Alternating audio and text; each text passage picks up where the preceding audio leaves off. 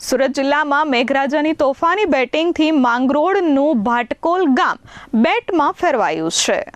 સુરતમાં મેઘરાજા મહેરબાન હોય તેમ રીતે અવિરત વરસાદ વરસ્યો છે। ભારે વરસાદને પગલે અનેક વિસ્તારો પાણીમાં ગરકાવ થયા છે તો અનેક ગામો સંપર્ક વિહોણા પણ થયા છે। સુરત જિલ્લાના માંગરોળ તાલુકાના ભાટકોલ ગામ બેટમાં ફેરવાયું છે। અનેક ઘરો અને રસ્તાઓ જળમગ્ન થયા છે। એકબીજા ગામો સાથેના સીધા સંપર્ક તૂટ્યા છે, જેથી જીવન જરૂરિયાત વસ્તુઓને લઈને પણ હાલાકી પડી છે, જ્યારે લોકો ભારે મુશ્કેલીમાં મુકાયા છે। સુરત જિલ્લામાં અને શહેરમાં રેડ એલર્ટ જાહેર કરવામાં આવ્યું હતું અને તે રીતે અનરાધાર વરસાદ વરસ્યો છે। ભારે વરસાદના કારણે જિલ્લાના તમામ વિસ્તારોમાં પાણી ભરાઈ ગયા છે। પાણી ભરાઈ જતા લોકો સંપર્ક વિહોણા પણ બન્યા છે।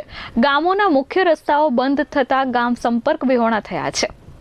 ભાટકોલ ગામ બેટમાં ફેરવાઈ જતા ત્યાં રહેતા લોકોને ખૂબ મોટી હાલાકી પડી છે, જ્યારે બીજી બાજુ જનજીવન પ્રભાવિત થયું છે। ચિંતનભાઈ એમ સોલંકી, હું તલાટી કમ મંત્રી પાલોદ કોઠવા।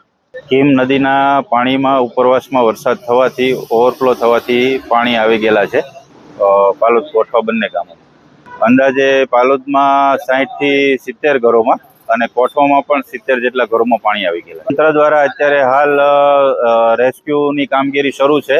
એમાં મોટાભાગના જે ઘરોના લોકો છે, જે આ ઘરમાં પાણી ઘૂસેલા છે, એ લોકોને ટ્રેક્ટર દ્વારા તેમજ અમે અત્યારે SDRF ટીમનો સંપર્ક કરેલો છે।